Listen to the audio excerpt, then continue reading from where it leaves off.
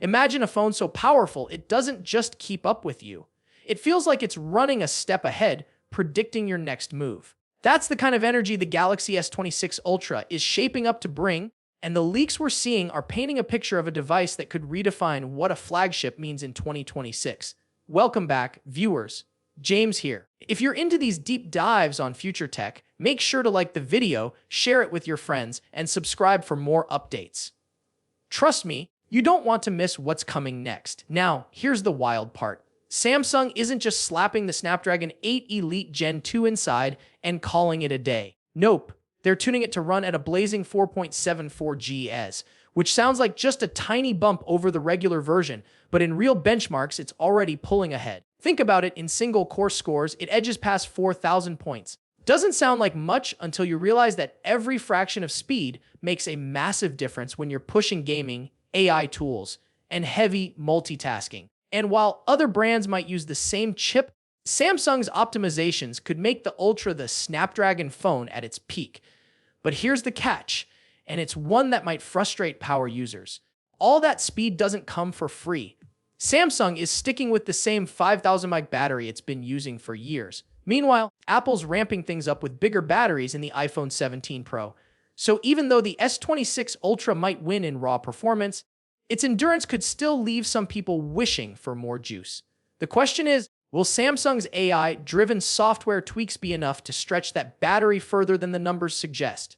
Speaking of chips, let's talk Exynos. Samsung's been on this long, bumpy road trying to free itself from Qualcomm's shadow, and the S25 series was supposed to debut with the Exynos 2500s.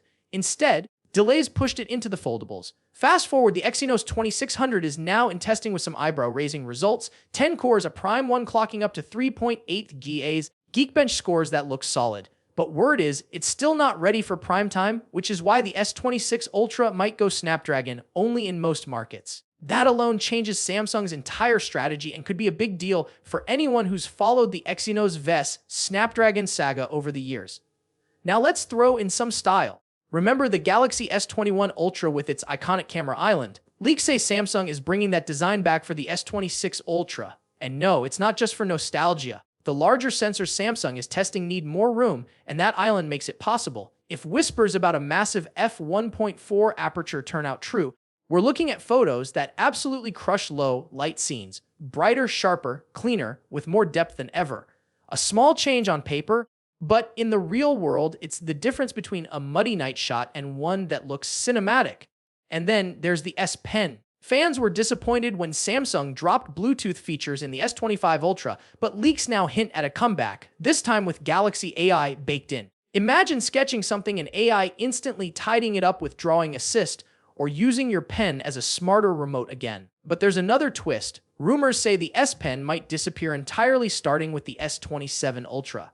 If that's true, the S26 Ultra could be the last true Ultra with a stylus, making it instantly collectible for Note fans who refuse to let go. Battery life might look like a repeat on paper, 5,000 mAh, but Samsung could finally bump charging to 60W. That means topping up in minutes instead of an hour, something fans have been begging for.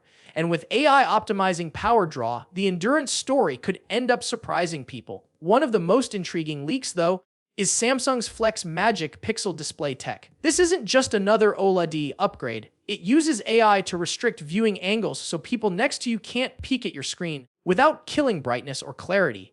Think about it, no more awkward shoulder glances on the bus or plane. If it ships in the S26 Ultra, Samsung won't just be competing on speed or cameras, it'll own the conversation around privacy in ways no one saw coming.